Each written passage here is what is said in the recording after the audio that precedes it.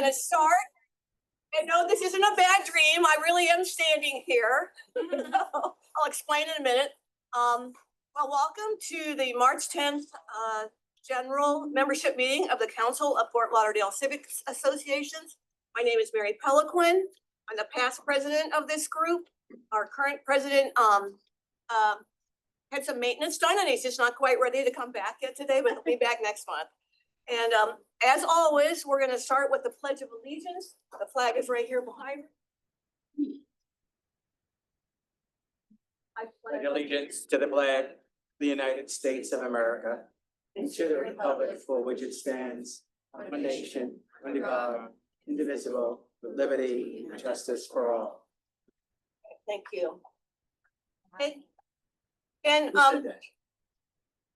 as always, everybody's paying attention. You know, I don't have my bell, so I don't know how great I'm going to do running up. But first, we're going to have our community police come up and talk, and they have a new member they want to introduce you to. Oops, so come on up, and everybody. Good evening, everyone. Hi. I've been here playing enough. Most of you, if not all of you, already know who I am. Victoria Rodriguez, Community Support District 1, with Judy Schulter as well. A lot of you know Nicholas Herring, and unfortunately, you know, for us, and fortunately for us, because Nick got transferred to crime prevention. But we got this lovely gentleman. This is Andy. I think just as good. So Andy's gonna be taking over Nick's place for Police District 1 Community Support Unit. I know that I can't really answer too much for District 2 or District 3. But if there's any questions, concerns, please let us know. We also, Judy has some news to share. We're gonna be doing our Tipica. Oh. You guys know what that is? Yes. Okay, that's gonna be April 9th at Cafe Seville. Yay. All right, good choice, right? If you could get us the information, then we'll put it out to all of our. So we're working on we used to be able to make our own flyers and they changed it, so now we have to go through this whole process to have a flyer made. But once that flyer is made, we'll email it out. To Okay, what time? No, we'll send it out too. At 6. Probably gonna be like 5 days. 5 to 8, you think? Can you explain what that is for the? Go and you. So for Special Olympics, we raise money for them, and this is the law enforcement Special Olympics. So all law enforcement agencies during this time frame is raising money for the Special Olympics. One of the things that we do is we go to restaurants and we help out at the restaurants. And then we go around and try and raise money for the Special Olympics. So depending on the restaurant agreement that you have, so there'll be donation cards out there. There'll be QR codes as well. We're gonna probably have some raffles out there, some pretty good stuff I'm gonna add. You have to come and see. And whatever the agreement is, it's either a certain percentage of that the restaurant makes that night goes directly to the Special Olympics. Everything that is donated goes 100% to the Special Olympics athletes, the program itself, and we'll also be selling this year's Special Olympic shirts. If they come in on time, there will be something. If they come in on time, because there's a back order, but yeah, I hope to see you guys there. It's a really, really good cause. And you usually have a couple of those, don't you? We do. We usually have one in each district. You know, we're on top of our stuff, so I don't know when you. No, I'm just kidding. I don't know. They're currently planning as well. The problem is that, you know, we've got spring break right now, so we start at 11, from 11 to about 5:30, we're on the beach. And then the rest, couple hours we have left is to kind of get everything else done. So we're trying to make it work. But as soon as they have that information, flyers will be made out as well, and we'll send them out. Okay. All right. Any questions? Can someone please ask Andy something very difficult? Yes, I'm gonna get a farmer's stand this morning. Yes, it's brutal out there on the beach, so. Yeah. But it's been smooth. It's been nice so far. We have a lot of extra bodies for the busy time, so. What was that? Are you guys still using the horses for the spring? Yes, horses at 5:15 every day. They come out with us, horses, ATVs, side by sides, and us walking to clear out the beach. That allows us to clean up the beach and try to keep up with the maintenance, so it doesn't get out of hand, because. Top floor of the beach place is the best place to watch all the kids scatter. Okay. Any questions? So wait, that early in the morning, did they sleep there? No, night. Yeah. Oh. Okay. And I'm like, Sleeping at you're 5. going in the AM to clean up because no one's That's what there. the cleanup is. From Beach Place to, Yellow. Yellow and A1A, yeah. And we Okay. just do that little thing. So we have the horses and then all of the ATVs and then we walk. Okay. All right behind them. And then the I have a question. behind them. Yes, sir. Asking for a friend, on your raffle, is there possibly going to be a get out of jail free card? We could try to put that in there for you. Thank you, that would be. We can get that approved today. That's a little scary, Ted. What are you going to do? I mean, there's only 3 minutes. All right, if you guys come up with anything, whether it's for police district 1, 2, or 3, just send an email out and we'll get it to the right people if it's not us. All right? All right. Thank you very much. Nice to meet you, Andy. Thank you, Andy. Okay. All right, next, if you look on the agenda, it says Chief Steve Dolan, but he cannot be here. He's actually working somewhere else. But he sent assistant or acting chief. Would acting chief be correct? It would. Okay, all right. Okay, he's, yeah. You've had it before. With that introduction, you know I'm not Chief Golden. We do have the same haircut. Well, you wear the same clothes. Yeah, we have the same clothes. Yeah, if you come more this way, just so I know you're on the camera and then. So my name is Jermaine Frazier. I'm actually a deputy fire chief here with the city of Fort Lauderdale. I've been in the fire service for 29 years, 26 of which I've been with Fort Lauderdale, and been the deputy chief about the last 6 months. I just recently got promoted. Congratulations. Thank you very much. Prior to that, I was our city's emergency manager, so if any mayhem or anything that happened and the emergency operations center was activated, it was me along with a lot of the city officials and personnel behind the scenes, kind of helping protect and mitigate the city with plans that we've come up with to assist our residents and community. So for today, my topic of conversation is going to be fire rescue, but as far as telling you guys how many stations that we have or how many personnel we have, I think we already kind of know some of that. So I'll dig into some of the things, our initiatives that we have recently received in fire rescue to kind of enhance our operation and help us better protect the citizens here in Fort Lauderdale. So the first one I'll talk about is our Whole Blood Initiative. So our Whole Blood Initiative is something that our medical director, his name is Dr. Roche, has put together and kind of spearheaded. And the Whole Blood Initiative is a way for us to be able to respond to someone who's had a severe traumatic event, like a major car accident where they had a severe loss of blood, something of that nature, something where they're not gonna make it to the hospital in the event that you don't intervene. Now, we have things to keep people abreast of that, like saline, or when we start an IV, those type of things to help us sustain. But the rule of thumb is blood in, blood out. If you're not aware, red blood cells, of course, in our body help transport our oxygen. So once you lose your red blood cells, you lose the inability to transport oxygen. So one of the initiatives that actually started in Broward County by way of Broward Sheriff's Office, one of the ones that first got it, it's the whole blood, where they're actually able to deliver whole blood in the field, much like in the hospital where you get whole blood. For us, it's amazing because it allows us to be able to increase patient survivability by up to 82% by giving them the whole blood. From the hospital standpoint, where it's near and dear is the same blood that they're giving in the hospital, we're able to give it in the field, so we can actually get them a viable patient there. Dr. Roach had a particular story that happened to him that brought this initiative on and allowed this to be kind of spearheaded and put into a path towards it became to fruition. And actually today at 11:30 we were able to get the initiative and to begin the first whole blood towards if we're actually able to sustain on our own without the aid of Broward County. His story was he had a 17-year-old niece that was in Fort Myers. She got into a severe car accident and they were able to get their EMS provided care and they got her over to the hospital and she had to have a particular surgical procedure done.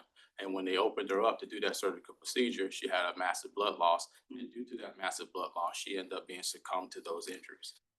Since then, he took on the initiative and he brought it, out and started to speak on it at different places, brought it to particular, the experts and the researchers. And it's a lot of, I'm gonna say researchers done in the military where they saw in the field in combat that being able to deliver that whole blood to the soldiers, that was able to increase their survivability as well. So now that initiative is here in the city of Fort Lauderdale. And again, today we got that where we're actually able to do it on our own. And it's not just in conjunction by ourselves, it's with a partnership with Broward Health, where we're able to receive the whole bloods from them, do an exchange program. We had a grant that we were issued to be able to get the consumables. You have to keep the blood at a certain temperature, and these are all regulated by particular coolers that tell you what the temperatures are, when the blood needs to be exchanged. And then when it's delivered to a person, there's actually a warmer that goes along with it and allows that blood to be heated up to the optimal temperature in a 3-second time frame. And the blood can be distributed over a 5-minute window. For us, again, it's amazing. It's a breakthrough. It's one step towards if we're able to increase that person's chance of survivability, again, up to 82%. So that's one of the cool things that I thought I would share.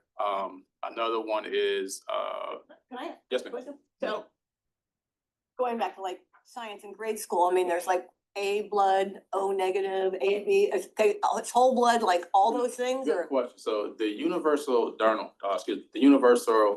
recipient for blood is O positive, with a low titer is what they call it. So the O positive blood is, anyone can receive that particular blood type.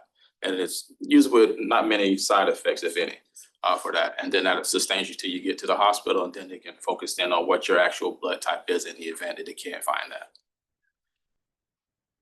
Is there a cost? I'm sorry. No, the cost associated with the program for us, with the partnership with Broward County, for you, no more than a high five. Yes, ma'am. And where does the blood donation come from? The Broward Health, in collaboration with the blood, yes, with the blood banks and things of that nature, where they get the blood in, and then we're into a cycle towards it's swapped out and rotated when it begins on its expiration date. Okay. Any more questions about the blood, the whole blood? Yeah, go ahead. I'm Dennis Homer, and I'm the vice chair of the Fire Rescue Advisory Committee. And yesterday we had Dr. Roach as our guest. He's the EMS coordinator for the city. And it's amazing the care that you're getting in Fort Lauderdale from our EMTs. It's really amazing. And we're lucky to live in a city that thinks of those things. And he also said about the firemen, he said that if there's a problem, the Fort Lauderdale Fire Department, firefighters find a solution. So we're really lucky to have the fire department that we have. Agreed. Okay. Outstanding. So, two other things I'll share. Next one is, as far as like enhancements or things to increase our safety and as well, which would be, our drone program. So we just implemented where we received, let me start over. We purchased drones back in 2017. I believe it was after Hurricane Irma came. The reason why we purchased some of these drones, this was at the Emergency Operations Center, where we were able to see that the drones were able to get us to places a lot faster and allow us to do what we call a rapid impact assessment. Rapid impact assessment is when you go out, you survey a particular area to see what's actually damaged, how many people might be hurt, or what property is damaged from either water or wind damage. And from the Emergency Operations Center standpoint and fire rescue as well as police, that allows us to focus in on where the priority should be given. When we begin to get resources in, how do we get those resources out to the people? What particular streets and roadways need to be cleared? Where do we have a power loss? We need lots of wires down, so we know where to focus FP&L. Are there other particular entities that are here to help us recover from any particular emergency that we might have? So with the aid of that, we were able to get into these areas a lot faster with the drones. How we've implemented them into fire rescue now, and as well as other things such as PD, is it gives us situational awareness for a particular house fire where the drone can go up. It has the thermal imaging capabilities where it can see like at night in infrared, where you can see the hot spots and particular things that would allow us normally under certain conditions not to be able to know about.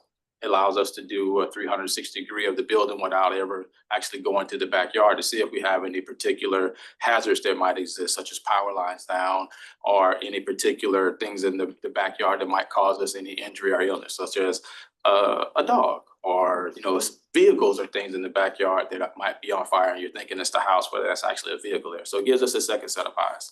We just recently used one during the fire we had here over by Melrose Park area. And it showed us that they had, hot spots in the back of the building where the actual fire was in the house, along with infrared images, letting us know kind of where the hottest spots were to get water in quick and safely. And then I mentioned too about the Emergency Operations Center. Last year, we received a grant from the Florida Department of Emergency Management to be able to rebuild our EOC with a new EOC to expand it and give us more capabilities to be able to support the functions throughout the city from an emergency standpoint and on a day-to-day basis as we monitor, surveil, and track different things from terrorist events that could happen, all of the special events and details that we have throughout the city, such as spring break, Tortuga, all of our large events where we have our second set of eyes, so to speak, throughout the city to be able to help mitigate things. Just like that. How that works into the fire service for me, I look at the fire service almost like at one of the different departments throughout the city. It's like critical infrastructure. We need our fire service, we need our police, we need our water, we need sewer, utilities, things of that nature. So it allows us to be able to enhance our service for you, increasing lifestyle, everyone's particular purpose, allows our tourists and as well as residents to be able to have a better outcome here in the city of Fort Lauderdale, increase your chance of survivability as well as your situational awareness, and also have fun. Any, go ahead, Chantel. Does it have to be pertinent to what you just said, or can it be just like a general fire department question? Go ahead, yeah. So, you guys, I heard you guys went to Lauderdale by the Sea to bid on their fire services. So like, what's your expansion plan? Is that what, are you guys gonna bid on all the local areas? Is there a reason why? So, good question. I was a part of the, when they went to the Lauderdale by the Sea to go over the particular, merger with Lauderdale by the Sea to provide their fire rescue services. Currently, they're being serviced by, City of Pompano, and they're coming to the end of their agreement, with the City of Pompano, and Pompano does not wish to renew it at this moment.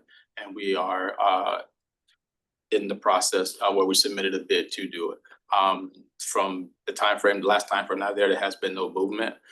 For us, it will be putting fire rescue personnel in their own station that is currently there. And then our next closest station to that would be Station 35, which is about a mile away.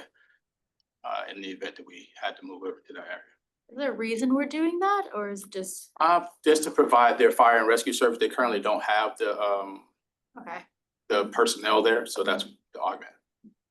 If I remember, did they request that we provide a bid? Yes, so They they're. requested us, so it yeah. was us, Broward Sheriff's Office, and then those are the only two.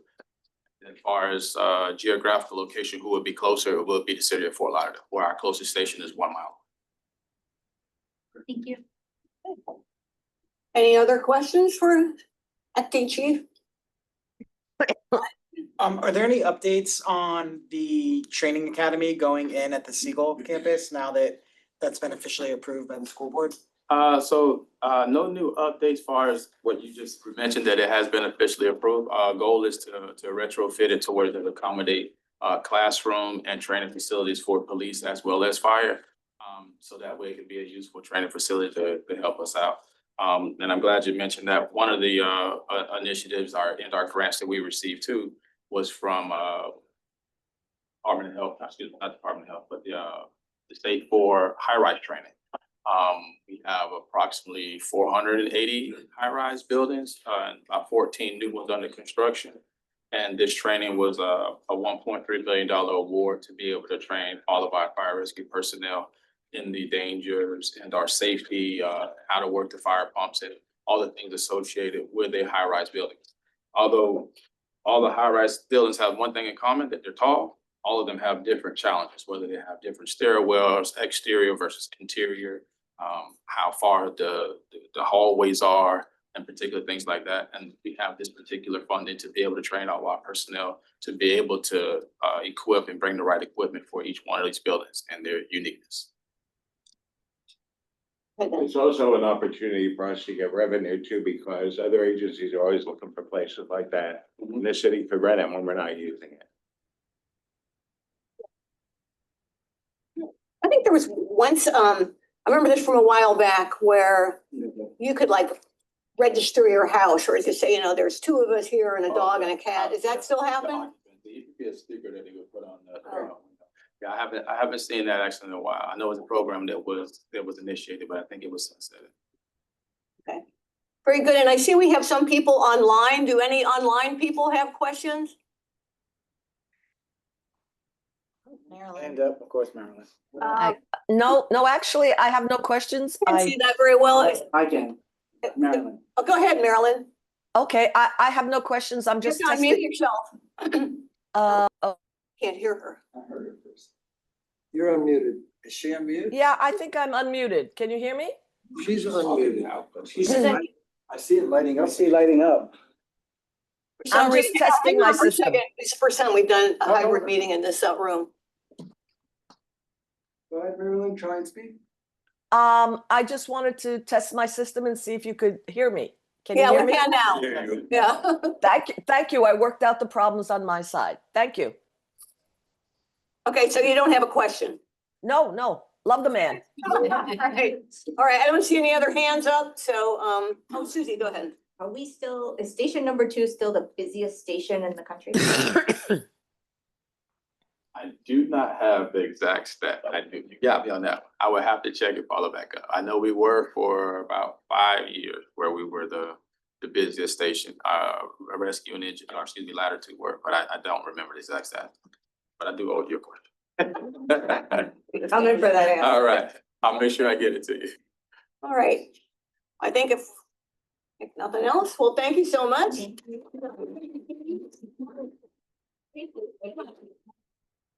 If you grab a piece of pizza. Way out. All right.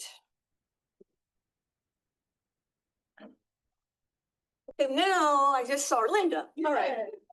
This is Linda Short, and punch her out of the way.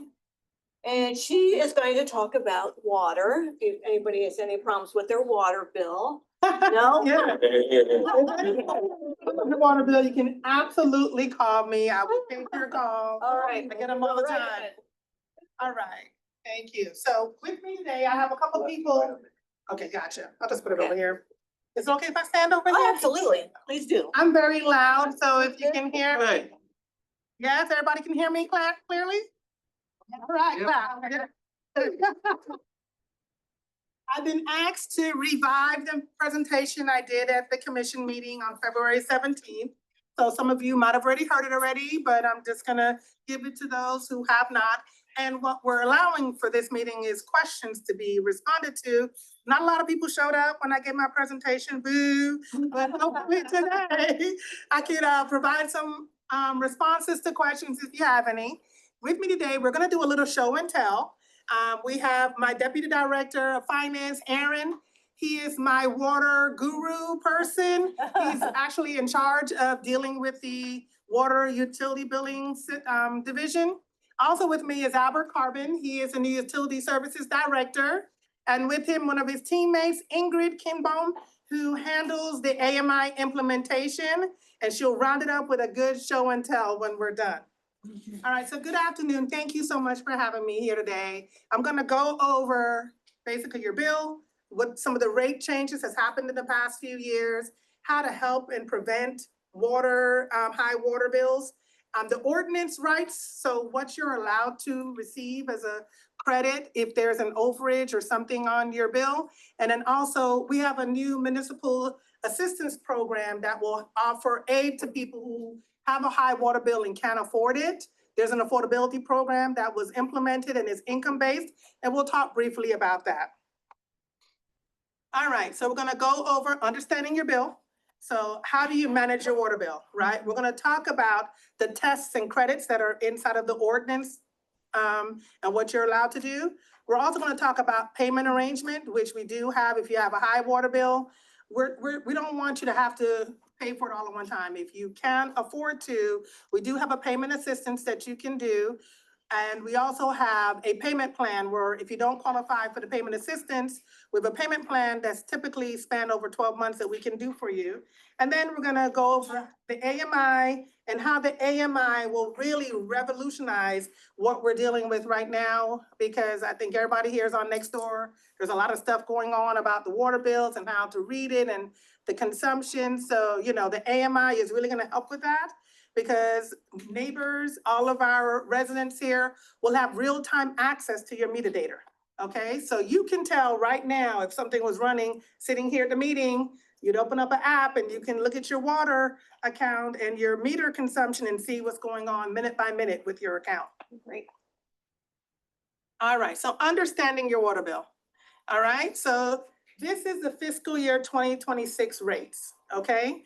And as a part of the rate study and the new water plant that we were building, one of the things that we had to do was increase rates to be able to afford the bonds to pay for that brand new water plant.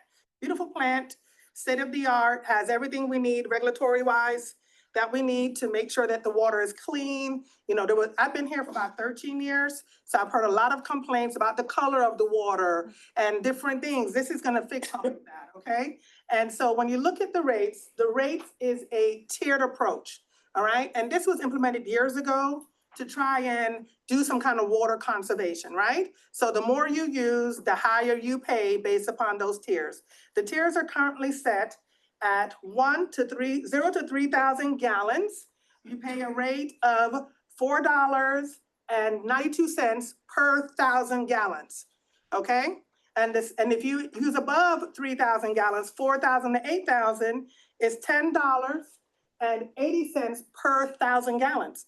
And so as the more you use is the more you're paying, the higher amount you use, the higher amount you're paying per 1,000 gallons. And that tiered approach was really meant to drive conservation of water, right? So the more you use, the more you pay. So we're trying to conserve water, all right? And then also for residential, we have a sewer commodity code. And so when you think about the sewer, not everything that goes into the water system goes into the sewer system. But, and we're gonna talk about irrigation meters in a little bit, but if you have your irrigation set on your home domestic meter, you're paying sewer charges on water that goes to water your grass, right? And so you're paying a higher bill because of that. And if you look at the tiered approach for the sewer system, it goes from $6.59 to $14.57 for anything above 3,000 gallons. And that's per 1,000 gallons, all right? We did an estimated water bill. We did fiscal year 2025, which is last year, our current rate and our future rate. Now, this is based on 5,000 gallons going through a domestic meter. This is not irrigation, this is just a domestic meter. So if you had a small irrigation and your water usage and you use about 5,000 gallons a month, you will see 5,000 gallons a month, you will see the bill here. Out of 5,000 gallons, which is what Fort Lauderdale has as the estimate right now, the average home owner uses, of course, it's just an estimate. It's not what, you know, everybody's individual. So, you know, what you use for your home has a lot to do with the size of your property, how much you irrigate, how many people live there, how often you do certain things. And so with that 5,000 gallons per month, your average bill should be about $173. People got, no one's ever had to build that balance. But $173 per month is what it should be on average. And if you notice, next year is also slated to go up based upon the water rates. In the past few years, when we first implemented the water plant, it was a large jump that jumped up. But in the past 2 or 3 years, if you add the amount of increases that were to the bill, it's a little over 50% increase because of the fact that we had to fund the bonds to build the water plant, okay? So let's talk about rate increases and the reason why. As I said, we talked about the increase in rates. 2025, your rates increased a combined 31%. In 2026, the rate increased a combined 18%. Next year, it's due to increase 14%, and then 28 and further is set at 10%, 5% for water and 5% for sewer. And these were approved as a part of the rate study to fund the water plant and to make sure the system has enough reserves for any emergency events that happen. So why did the rates increase? We talked about it. Infrastructure projects. This is not to fund anything other than improvements to the system itself. We built the water plant. The AMI program was $60 million over a 20-year span. So to fund the infrastructure for that, we had to issue bonds.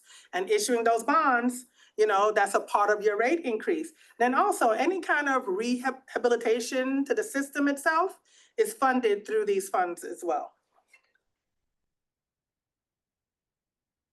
So before I go, I'm gonna bring in my water and sewer guru up here, Aaron. He's gonna go over, because he deals with the customers on a day-to-day basis on what's going on with the system. We've been getting a lot of things escalated to my level and his level. And so he's been taking the lead on dealing with a lot of these from the executive level down. So I'm gonna have him go over some of the common causes that we're seeing on a regular basis for the water and sewer bills. Right. Thank you. Good evening. I'm gonna give you all a tip before I kind of get into the next slide here. Can everybody hear him? Can you hear me? A little louder. All right, a little louder. Yeah. Well, that's exactly what my tip is about. If you sit in an office or you're sitting near someone and they've got candy on their desk, don't sneak it. Cause I just sat back there and ate a piece of candy that I snuck and I bit my tongue. So if I sound a little gobble, it's not about the discussion. This is something that I enjoy talking about. It's that schnuck candy. As my mom would say, that's what you get for sneaking people's stuff. Now that being said, I want to kind of go into some of the common causes of water leaks. These are the things that we see on the applications that we get for credits. And they're not rocket science. They're probably the things that you would probably think most often that you would see. For those indoor causes, the top 5 or 6 there, the running toilet, the flap or the valve that's in the back of the toilet there, the floater.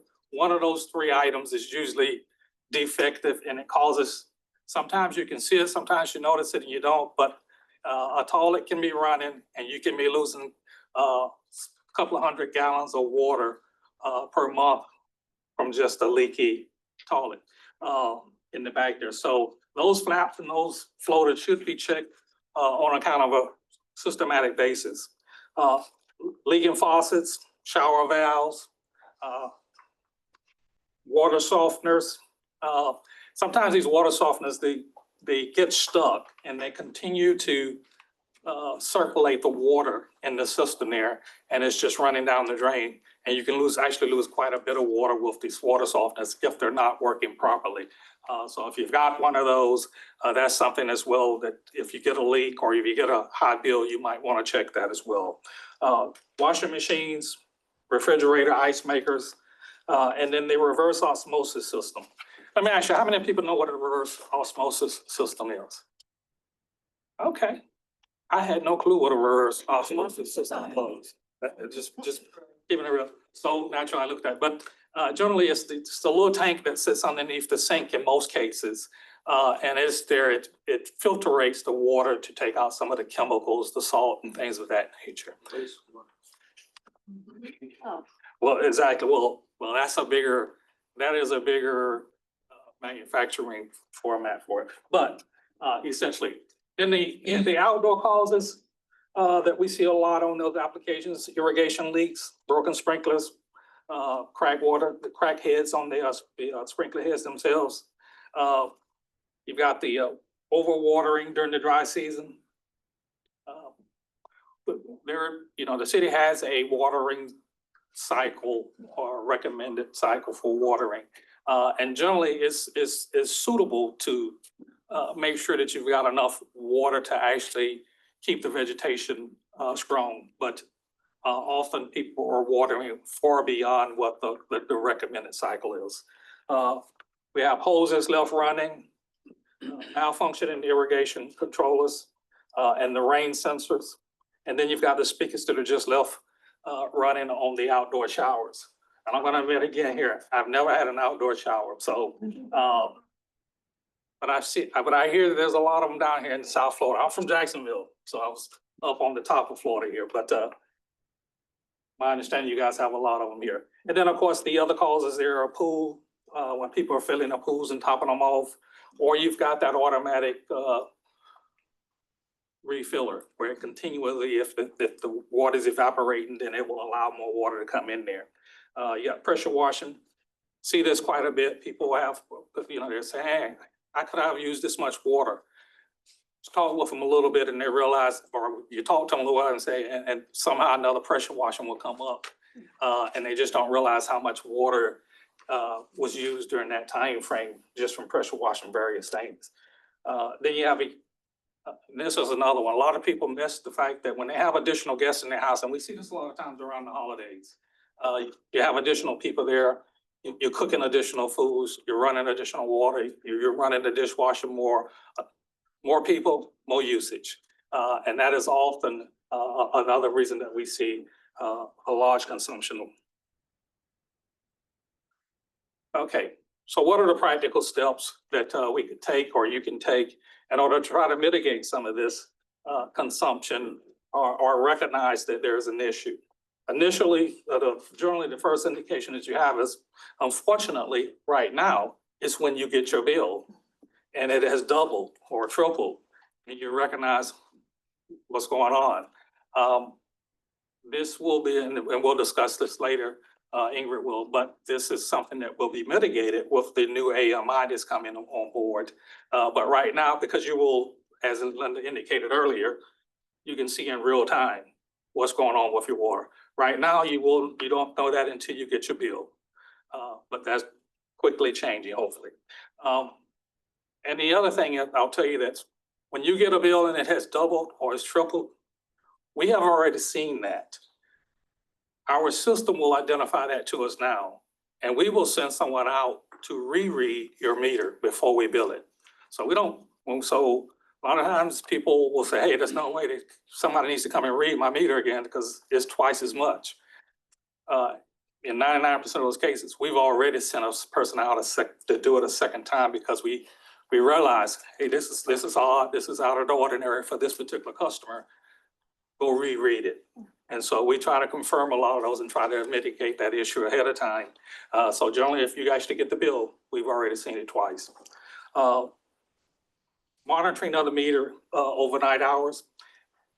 Once you've done the bulk of your afternoon watering, if you've got a concern about whether or not your meter is working or how could you be using that much water, if you take a look at your meter in the afternoon, in the evening time, once you've done the bulk of your, like I say, your watering usage, and then look at it again first thing in the morning, there really shouldn't be much activity there. But if you've got a significant change between that evening and the next morning, that means there's water going through that meter towards something during the course of the night.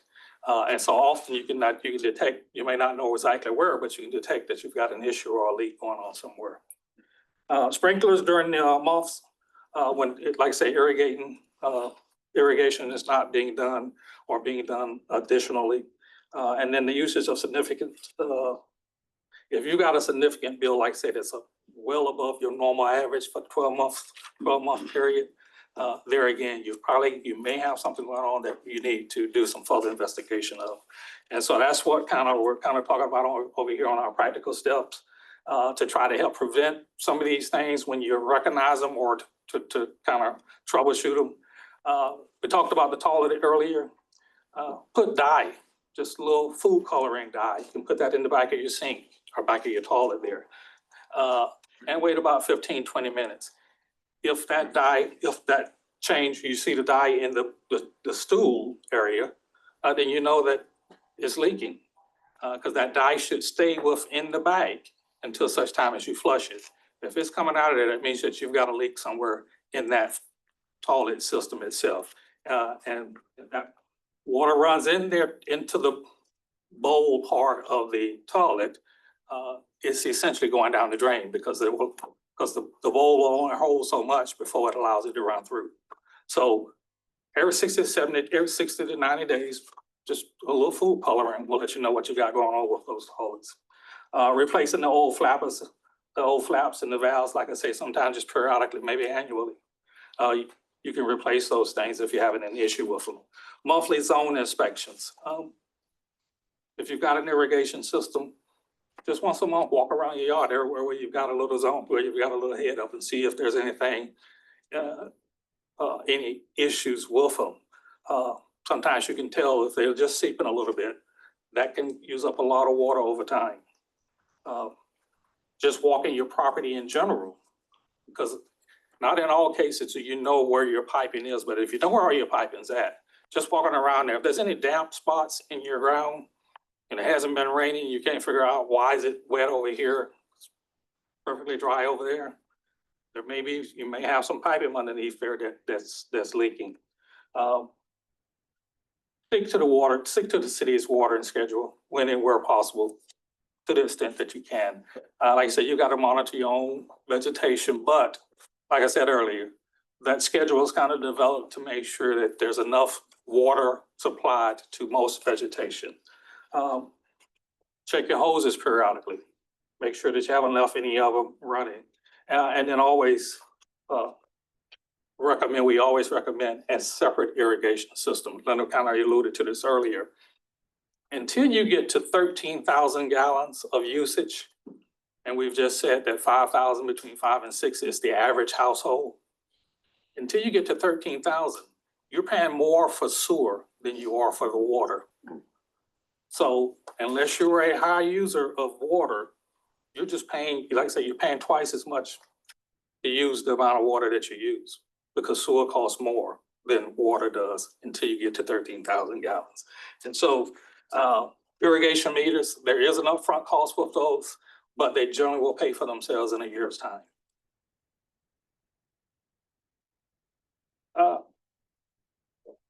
Did I skip ahead and tell you guys all about the benefits of irrigation already? I think I did. And so I'm not going to repeat that.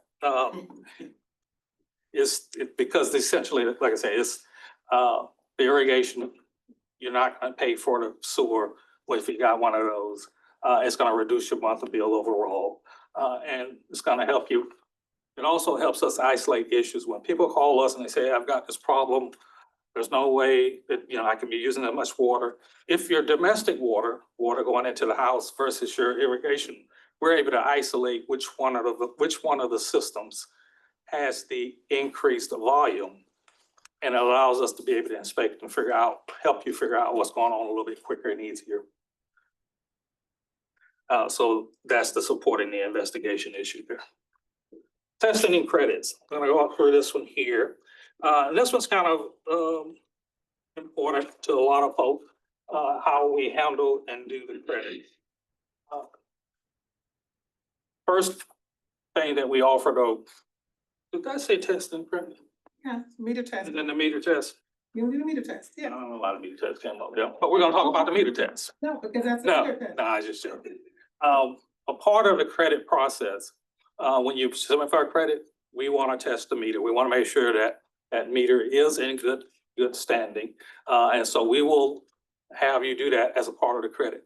Also, you have the right at any given time, if you choose, if you have doubts about whether or not your meter is working accurately, then you can call us and say, hey, I want my meter tested.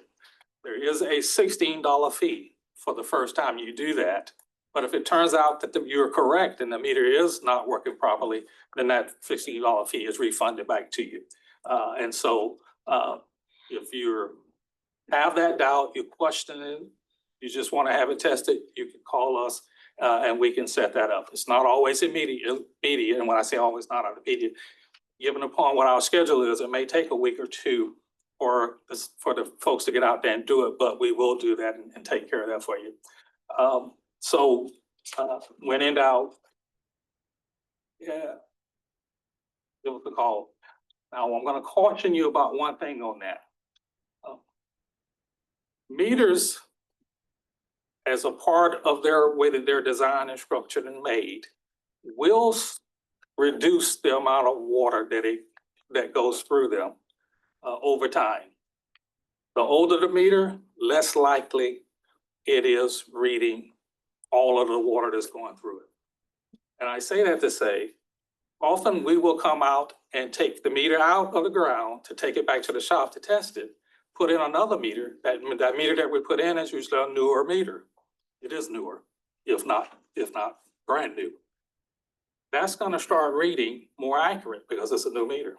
So often you call us to test your meter, we take it out, we test it, we put the new one in, and then you calling us back next month and say, hey, something wrong with this new one. No, it's just that it is now reading Don't call more them. accurately. So I just put that out there as a factual issue that we run into quite often and frequently. But you do have that right, like I said, to call us and we can come out and do a meter test. All right, now the credits. The credits that we all said, the 3 credit, 2 primary credits that we do. We do a credit for a known leak. In other words, you call us and you tell us, hey, I left the faucet on, or my toilet was leaking, or whatever. You've had someone come out, figure it out, you know that you had a leak, and you want to submit for a credit. We also have a scenario where you don't know what's going on. You just know my bill is double, and I don't feel like I've changed my behavior. I don't know why my bill is this high. I'm on the other end of the phone, and I'm saying, I don't know why your bill that high is either. And so we have an unknown credit, where in other words, you can't figure it out. We've looked at everything, we've tested the meter working okay. And so we don't know why you got it, but we will allow you a credit. It's a one-time credit at that location for the life of your stay there. If you move somewhere else, you can do it again, but not at that same location. And so the way, and I'll tell you the 2 credits, it's the same credit for both scenarios, whether you identified the leak or whether you don't know what the leak is. For an actual leak, you can do that as many times as you have one, as long as it meets the criteria for a leak credit. And so what are those criteria? We got to do a test of the meter to make sure that the meter is working. You're gonna have someone check the plumbing to make sure that there's not leaks in the system, because we don't want to do a credit on something and then you're back to there the very next week again needing a credit because there was leaks actually in the system. So you will provide us documentation that you've had your system checked. We will check the meter, and then we will apply the credit. Now, the credit, the credit is not for the entire billing. The credit is for that portion of the bill that is above your normal 12-month average. So if you normally use 10,000 gallons, just to use a number, and you have now used 21,000, and I use 21,000 because it has to be double what your normal 12 months is. So you now use 21,000 gallons, then you qualify because you've used, the bill is twice as much or what the normal. But the credit is gonna be for the 11,000 gallons that's above your normal 10. It's not the first 10,000. You don't get a credit on that because that's what you normally use. And so we assume that you always used what you normally used. We're giving you the credit on the part that's above that. Now, the one caveat to this is that we have a credit also. So we've got these 3 credits now. An unexplained, a known leak, and then we have a credit if the meter itself actually is bad. So let's say we test your meter, turned out you're right, or through investigations, we figure out that meter is bad. Now, in that scenario, we will take your 12-month average and we will reduce everything down to that 12-month average. And I need to clarify what I said a minute ago. When we give you that other credit for that 11,000, that 20, you use 21,000, you normally do 10, we're gonna give you a credit for the 11 that's above the 10. That's at the lowest tiered rate. That's not, we wipe out that 11. You still pay for that 11. So you're gonna pay for the whole 21,000 gallons that you used. but you're only you're gonna pay your normal amount on what you normally used. And then for the 11 or so that's above that, you're gonna pay at our lowest tiered rate, the tiered rates that Linda was showing you earlier. And so you're getting a reduced rate on that excess. If your meter turned out to be bad when we check in, you don't pay the reduced rate. You don't pay anything for that excess amount. You get a full credit for that piece. And so you got two credits here where you get the tiered rate, you got one credit, the meter is bad. You get the full wipeout of that excess amount. Let me just add something to that. So when he says that we test your meter and it's not working correctly, it's just, it is overreading. If you're being overcharged, we will lower it down to if you're being undercharged, I can't give you a credit if you weren't even getting the right amount in the first place. But the good news is if your meter is under reading, I'm not gonna charge you more because it's under reading. But and like I said, it's very rare that we see something overreading, especially because a lot of the equipment in the ground is really old and the mechanical meters are known to deteriorate over time and run slower, not faster. Okay? That's interesting. Thank you. All right, All right. Yeah. pools credit.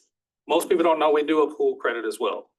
Provided you utilize at least, well, in other words, pool filling. If you got a new pool, you gotta fill it up. If you've had some repair work done on your pool, you may have had to have it empty in order to get the repair done, and then you're gonna fill it back up. So to the extent that you have a pool and you have had to utilize or refill at least 75% more of that pool water, there is a credit that we offer for that as well. And so if you've got a pool and you need to do the maintenance, there is some relief that we offer for that as well. So call for that? Who do we call for that? Just one? yeah, you call the utility billing customer service, yeah, the regular normal line. And they're all familiar with the pool credit. It's a very common thing for us, all aware of it, but not everyone else does. Yes, sir. Do you have to submit like a receipt that you had work done or maybe had the Yeah, you have to give us some information. Proof. We would have to provide proof that work Yeah. was done. Exactly. Yeah, you're gonna have to tell us what the dimensions of the pool is, how much of a refill you had to do to it. Well, and like I said, if it meets that 75% or more standard, then you'll get a credit. All right, I think that's my section there, and so I'm gonna take me and my sore tongue back over here.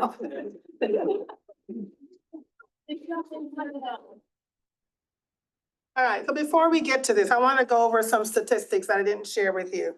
So the utility billing department, which falls under the finance, the utility billing division, which falls under finance, we bill over 56,000 accounts on a monthly basis.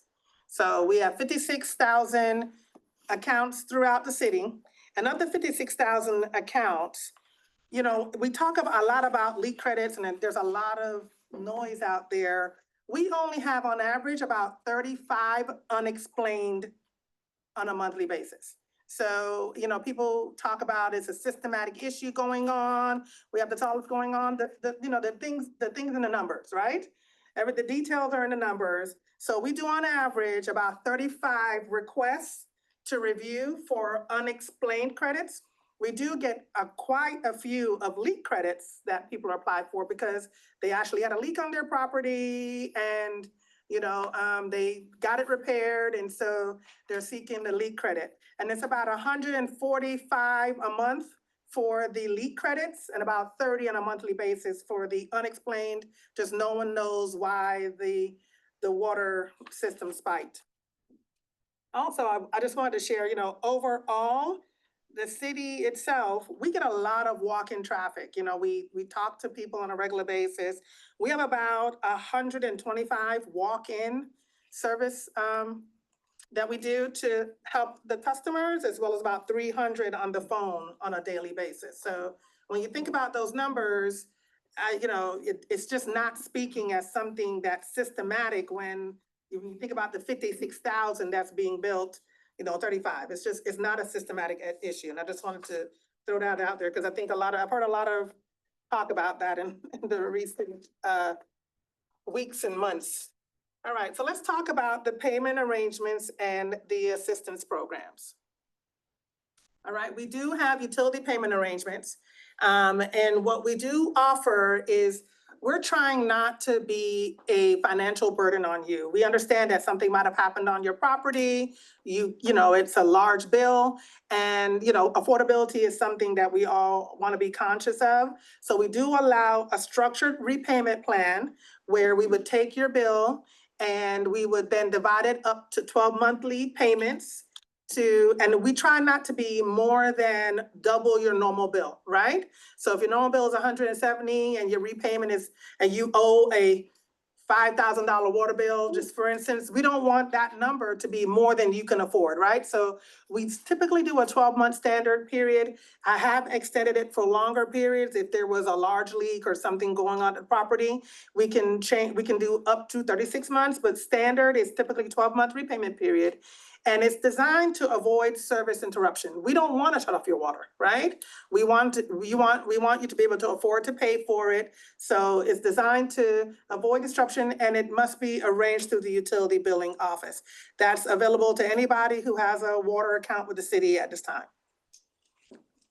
Yes, So I have friends who've ended up with an $8,000 water bill. right. There was nothing but a little line at the bottom of the water bill. Your water bill seems to be excessively high. Like at some point, Mhm. does somebody in the utility department now call and say something's wrong? Because it was going into the intercoastal. They lived on the water and they didn't even realize that it was happening. So when they were alerted, I think their bill was maybe $7,000, but then it took them a couple of days to figure out what was going on, at 8,000, 8,500, and they were held accountable for that. So isn't there some kind of way that the city could say, hey, there's a big problem here and alert the owner? We won't know that initially. We know when when the meter is red and the utility billing unit gets it. But even at that point on the bill, it was small font, like, Spacing seems a little high. on the bill is hard for us to talk about spacing on the bill, meaning that the bill is pre-formatted from the accounting system that we have and we're limited in what we can do. And so the fact that a notice got out, usually we put notices on the back, but the fact that something was on the front means that we have every time that the billing goes through, we have a report that shows us something that's way out of whack. And we investigate every single one of those. Before we actually send a bill out, we look at that high consumption report and say, why is this going on? We actually have somebody go out and take a look to make sure that the read that's on there is correct. And then at that point in time, the bill will generate once we've validated it. And we just let you know, hey, we've noticed something, but it's always way after the fact. There's nothing we can do ahead of the time, unfortunately.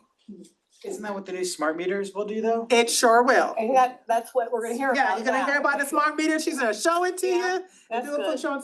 So with the older mechanical meters, we have to wait until we get the read to get it. And then, like I said, that notice that went on there is only because it was on our high utilization report. We investigated it, saw that the meter read was correct. We proceeded with the billing and let you know as a note. Unfortunately, we're sometimes limited by the systems we have.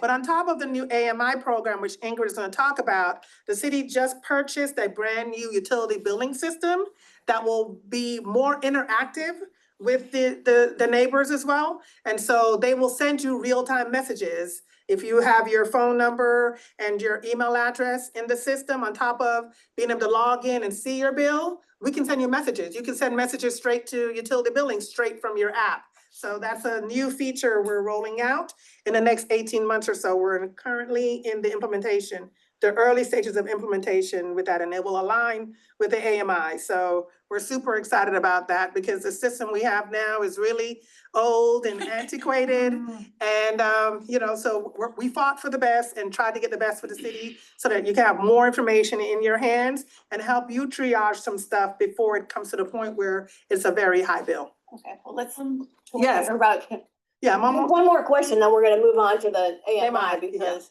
go ahead, young lady, yes. Okay, so I have a situation that's specific to me, but I see it being a problem for others. Uh-huh. And you guys recently sent out a notice that landlords are responsible for the bills of their tenants, right?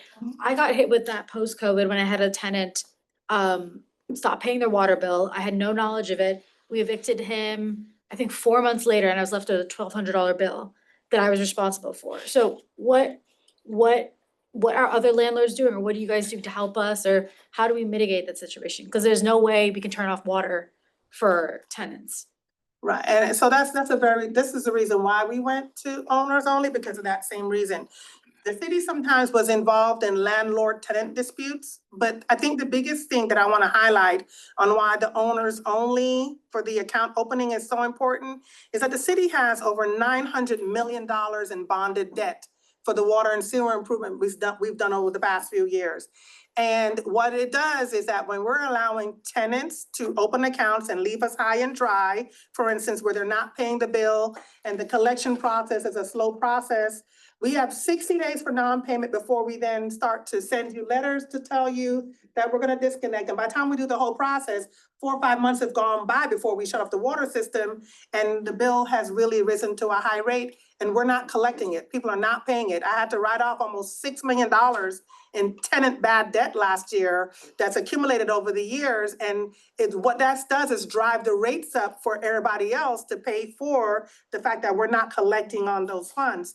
So to comply with state statute, which it talks about bond financing, there's a requirement there that says that every time a municipality issues a debt, you automatically have a lien on all properties.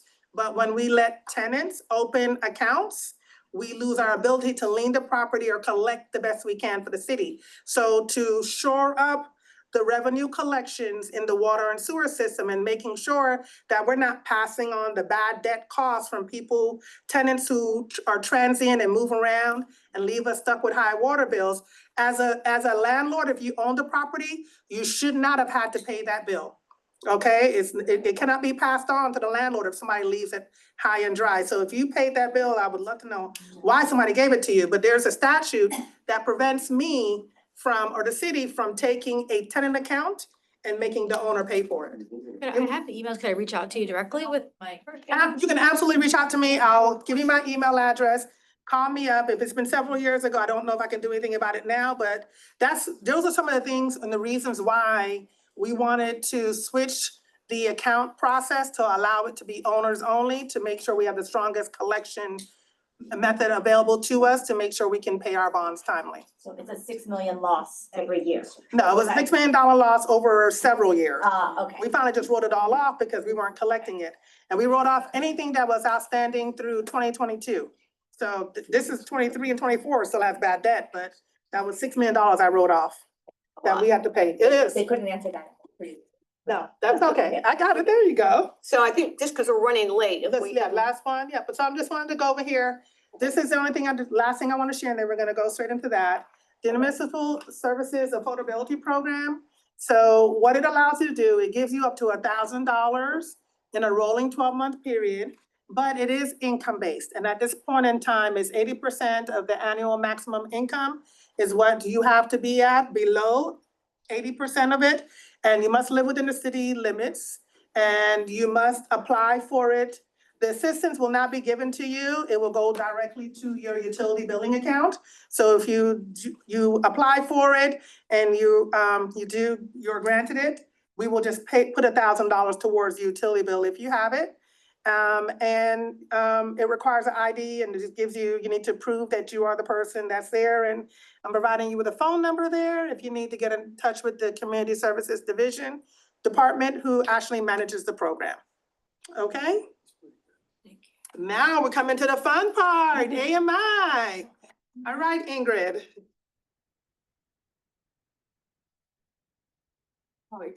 You guys special. This is show and tell. Could have been a real throw and tell. Well, good evening, everybody. My name is Ingrid. I work for Utility Services Department, and I am responsible for the AMI implementation throughout the city. I'm excited to be here. I'm gonna go over this pretty quickly because we're actually doing outreach in every HOA meeting throughout the city once we come into the area when we're gonna do installs. So I'm gonna just give you a brief overview. The benefits of the AMI. So this is the meter, first of all. To see this. This is what it's gonna look like. I don't know if you know what the old one looks like. This goes in the ground where your old meter goes. This one is the little radio that reads your reads. You can look through here. I'm gonna send this around. You can look through here and you see, here's where the water goes through. I'm gonna send it around. It's a little heavy, so I'm gonna take off the radio. And if you lift here, you can still read it manually in case you wanna know that. So what the benefits with this is, this is actually, I can tell you, you can remotely connect and disconnect the water, and that's a little ball there inside that you just. So, and you'll be able to read this from on your phone or somewhere like that? You're gonna be able to get a customer portal once the whole city has been installed, 65,000 meters, by next summer-ish. Oh, okay. I plan on living that long. Although the city does have, as soon as the motor meter is installed, the city has access to your usage. So if you have a new AMI meter and your bill is getting really high, we will be able to assist you and look at your usage, even though you don't have direct access yet. As of current date, at 5 o'clock today, we have installed 2,411 meters. Okay. But we're ramping up, so we're gonna be done by the next summer. Okay, good. Yes. We're on 100,000, they're replacing our main. Oh, that is so funny. I just spoke to the program manager, project manager, Cyril, and today, and we are trying to coordinate that you're gonna get your meters replaced when the line's getting replaced. We just 144 meters, I heard. We're just, yeah. Thank you. There you go. Yeah. So deployment started. We have now started ramping up. We've done we did a pilot program first to make sure we know what's going on, how it's gonna work. We're working through some systems integration, and we're now ramping up this week to 200 installs a month, 300 in April and 400 in May. So we're gonna reach the number. A day, not a month. So 200 a month. Oh, I mean, 200 a day. I'm sorry. Oh, we're never gonna be done that. So here is actually an actually installed. Here's the before and here's the after. Wow. And here's what it's gonna look like. So here's the meter in there. There's gonna be a new lid with a little hole so you can see the little antenna on the top. So it's gonna read, we have radios throughout the city, so it's gonna read it and you can read it. It loads every 4 hours. So when we say we can read it in real time, it's actually not true. We can read it approximately a couple of hours after. And that's it. If you have any questions, I can tell you right now, we're installing, because everybody wants to know, we're installing by billing cycle, which is, right now it's 18 and 8, and 18 is Imperial Point, Coral Ridge, and 8 is down by Durs, Lauderdale Manors. And so we're going, it all has to do with scheduling and when your bill is read. From Burmex right now, from the people that go out and read the meter. We don't want to do any meter replacements once they're out and reading the meter manually, because that tends to complicate the reads. I had some questions here. I'll go to Go ahead, Jim. On the antenna, that's a radio frequency antenna. Yep.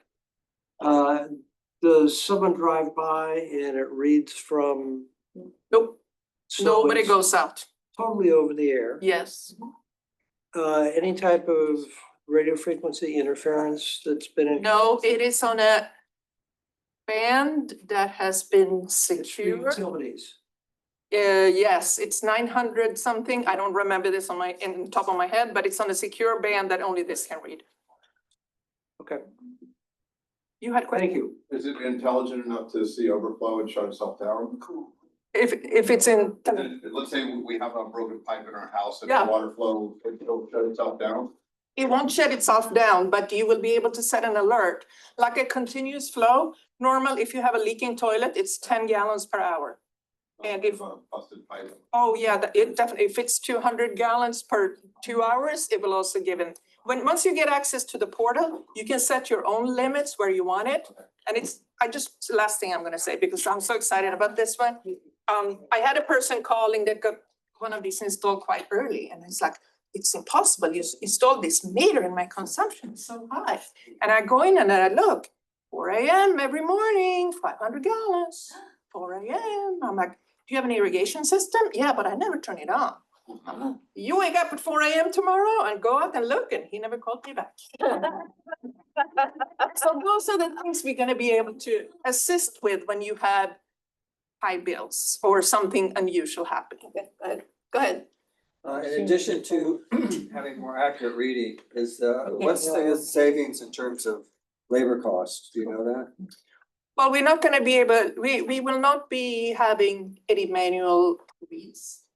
Nobody's gonna go out and read the meters, and nobody's also gonna have to go out and turn on and turn on the meters. I'm asking, is there a number? Do we have? No, I don't have a number right now. So yeah, I wanna just say that the meter reading function is actually through contract, so there's not necessarily labor hours. But there is a contract that we paid to the vendor who does the reads for us, and I don't have it in front of me, but if you give me information, I'll tell you what the savings cost is, cause we won't be paying the meter reader company anymore. Any rough estimates that you think? I'm gonna be honest with you, it's been a couple of Do you years. know? We don't have to roll. Oh, wait, I think we know somebody that might know the answer. Do you remember? I think it was like 500,000.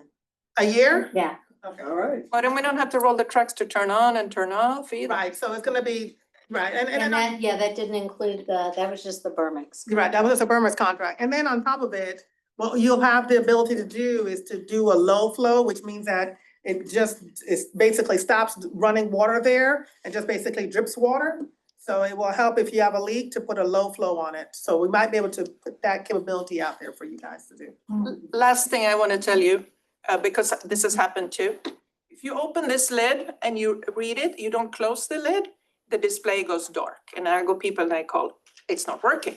I'm like, it goes dark because it saves battery. You close the lid for a few seconds and open it back up again, you can read the meter. Okay, you just mentioned battery. So Yes. is it, how does the battery get replaced? It does not get replaced. It's a 15-year-old battery, and when that battery is out, we hopefully have a better technology, or we have to rip it up. We're about that in 15 years. Yeah. Okay, one more question, anybody have any? Elijah raised his hand. That was the question. Oh, okay. We will be coming to Oh, we're excited. a meeting near you soon. I've been to some already. Recognize some of I you. want to say, I don't know if we're gonna be doing neighborhood meetings as much, but we were asked by the city commission to do some workshops in every district, so we're creating those workshops now. We encourage your people in your associations to come out. We'll be out there with the utility billing team. We'll try and answer questions if we can, look at individual accounts and just share more information about what we're doing to try and advance the water and utility system here. When you have the information on those workshops, will you Right. get it to us? We'll also distribute it to all of our. Absolutely. You guys have already been to theirs and I already got mine installed. I got the notice. So we are gonna be doing How's it the working neighborhood for you? meetings. You got your meter installed? How's it got it installed yesterday? Oh, Okay. Okay, report next. Make sure you come next month and tell us how it's going. Gosh, I shouldn't talk. All right, so, yeah, I just have a comment question, Okay. maybe, because I have heard of other cities in the country doing similar things. Huh? But maybe consider, to someone else's point, some type of system maybe in 5 years to automatically shut the water off if there's a leakage. Yeah, 'Cause I feel so like we're like it 5 it years. is probably something we can investigate in the future. And the current system will have that capability, we just haven't investigated it yet. I know there's an ability to do a low flow, so basically instead of shutting your water off where you won't have no water, when you get home and you turn on your pipe, you just shower, pipe, sink, you'll just see drips of water, and they're gonna like, what happened, my water shut off, no, it's not shut off. We're on low flow status because you haven't paid your bill, and one of the, At I least you think, can drink water. right, you can barely get a cup of water and it takes a long time to fill up a cup of water. You'll have some access, and then one of the, I think, one of the things I fought for when we were looking at the AMI system is the ability to remote start and stop your system. So so we don't have to send somebody out to connect it if you pay your bill. And we don't have to send somebody out there to shut it off. So that's a part of the savings that we'll get from staff. But it's not necessarily a salary savings because we're gonna redeploy those employees to do other things. But that's something that technology will be doing. Albert, the utility service director, you wanna add anything? You've implemented this in other cities. Sorry, we hired Ingrid. Okay, so that's it. I have a question related. And that's the last question. A question related to billing that's come up in our neighborhood is that I think recently you all have passed on the processing fee for paying your bill to consumers. Mhm. And that was something that upset a lot of neighbors because essentially you're passing on a fee to, it's like a tax essentially. How much savings is the city doing, Okay, like so- making per year? And So the city's is not that- making anything at all. So before, the processing fee was absorbed by the utility system and actually everybody else is paying for it. So even if you weren't paying by credit card, you were paying a fee to accept credit cards. It was almost $2.4 million that the utility billing system was paying for people to process credit cards. What they decided to do was not to absorb that fee anymore. It was not excess money to us. Instead, what we decided to do is to make the utility system whole by collecting 100% of the revenue that's due instead of getting only 94% or 95% of it. So what we did was decided that absorbing the cost for people processing by credit cards and charging taxpayers $2.4 million for people to pay by credit card, that if you want to pay by credit card, you absorb the fee yourself. Or what you can do what I do, I mail mine in. I've started writing a check. I know. And that's like push, it goes to Tampa. Uh-huh. Why not use a local vendor? So We- again, we're investing money in our. So what is, the PO box is for our lockbox provider. Okay. I've worked for the city for over 13 years. I've tried several times to find a lockbox provider here that's local. And unfortunately, the timing with that has to do with money. So I can get a lockbox provider locally, but I won't get my cash till 5 days later. The lockbox in time, I get it 24 hours later. Can So- you put your ACH information into You sure the can. app and You rather can- than you- write the you check, know, right? And save the stamp. Whether it's a check, if it's a check that's written and it goes to Tampa, it's about processing time and timing collections of it and how much cash flow the city gets in. And so do I wanna wait 5 days to get my money or do I wanna wait 24 hours? And so there was no one who can provide the services within a 48-hour time frame locally. And even if you had a local PO box address, they will ship it from this local PO box to a different processing center somewhere else to get it processed, then to get our money later on. So we investigated it. There's really just nothing here in Fort Lauderdale. And if we opened a PO box in Fort Lauderdale, just to say we have a PO box in Fort Lauderdale, it's really not beneficial because it end up costing us money. Okay, all right, so we got all kinds of. You need the bank, I just took bank. I don't have my bell. Okay, thank you very much. So much information, that's terrific. You know, just do what we do at our house, it'll be like, all of a sudden we go, everybody quiet, I hear water running. That's what we do, and then you walk around and see what toilets malfunction. So thank you very much. Thank you, guys. Can't wait to get our meters. What's my email? Jordan can provide it to you, and if you need to reach out to me individually, Jordan. Terrific.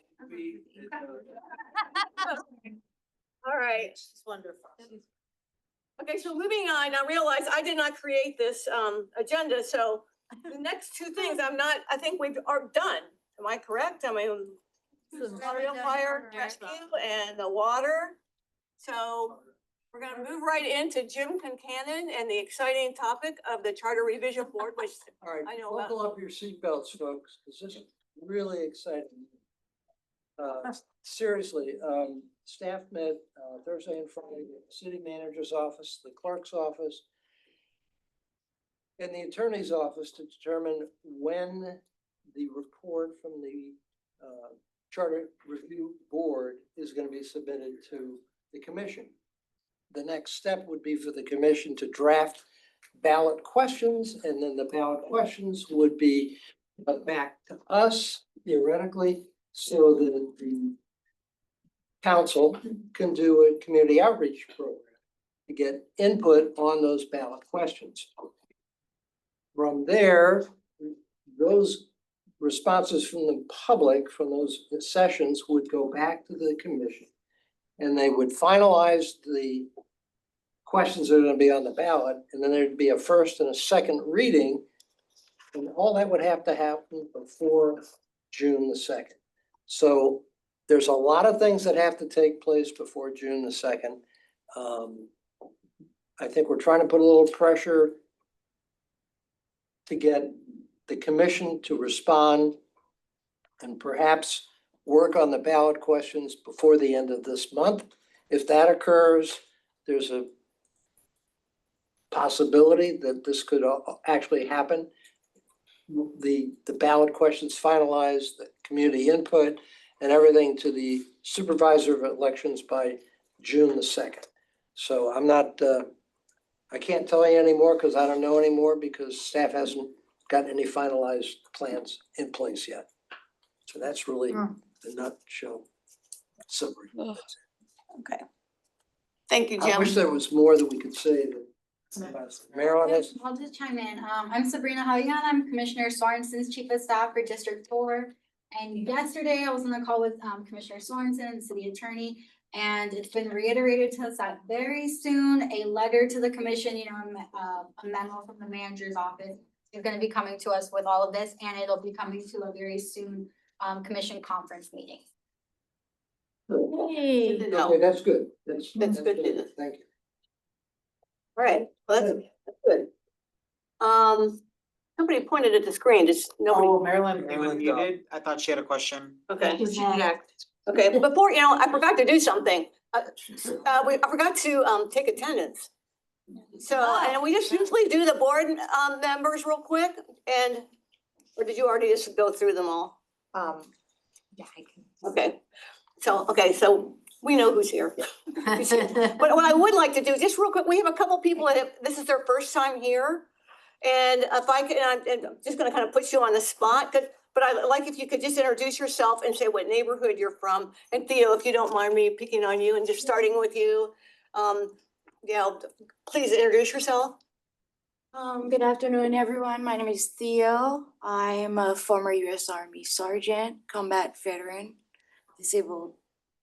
And I'm a community advocate. I'm representing DERS, and this is my first time, so I'm looking forward to learning and seeing how you guys do things here. All right, perfect. Thank you. Thank you for your service. Joined in District 3.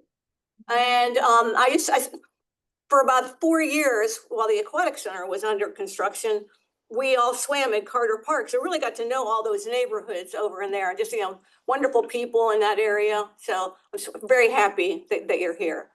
And that's right next to Chantel there, if you wouldn't mind, just maybe go ahead and introduce yourself. Anthony Garrett, the new president of Coral Ridge Isles. Oh, great. Okay. And I've been to candidate meetings before, but never a meeting. all right. Okay, and Coral Ridge has a new representative for the council. If you don't know who that is, if you could just introduce yourself. Hey, everyone. I am Susan Grant. I am with the Coral Ridge Association and a recent 2-week-old retiree from the city of Fort Lauderdale. I'm happy to be with all of you. I'm just a neighbor. Perfect. I'm just a neighbor. Come play with all of us. Okay, get you two to stand up and introduce yourselves. So we're so happy to have another neighborhood that we haven't had for a while. Hi, my name is Louis Gonzalez, and we're with the Hendricks Isle of Venice Neighborhood Association. Yeah,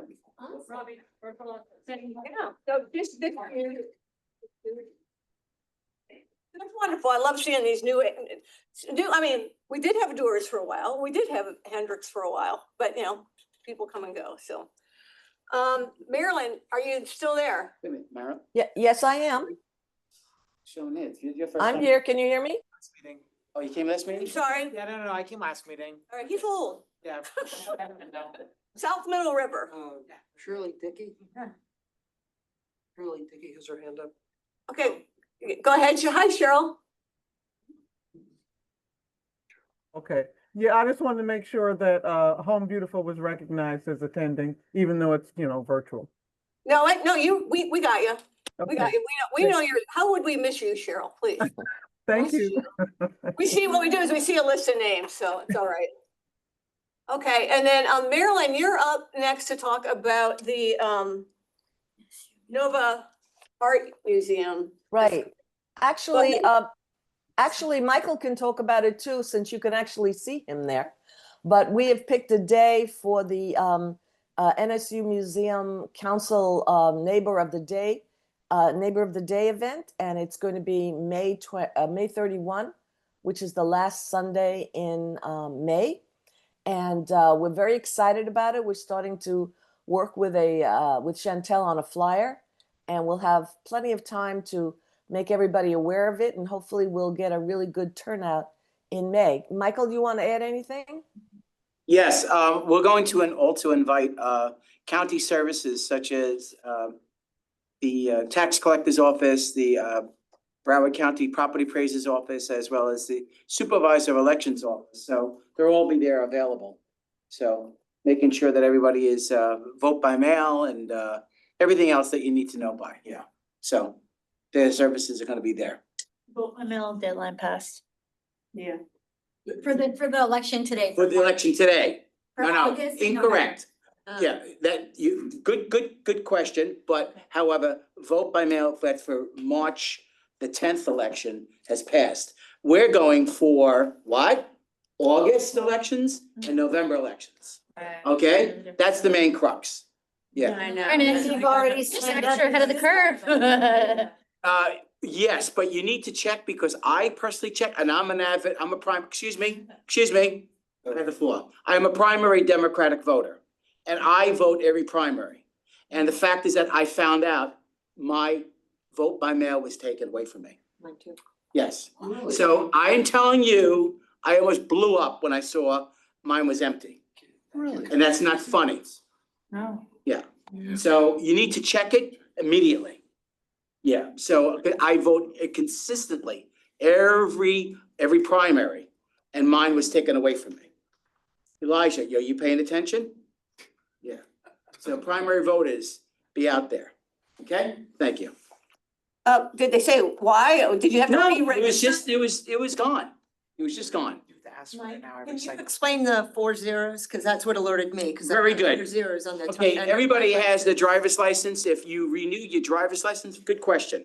If everybody, you renew your driver's license and there's 4 zeros, the legislature has passed the law that it is your responsibility now to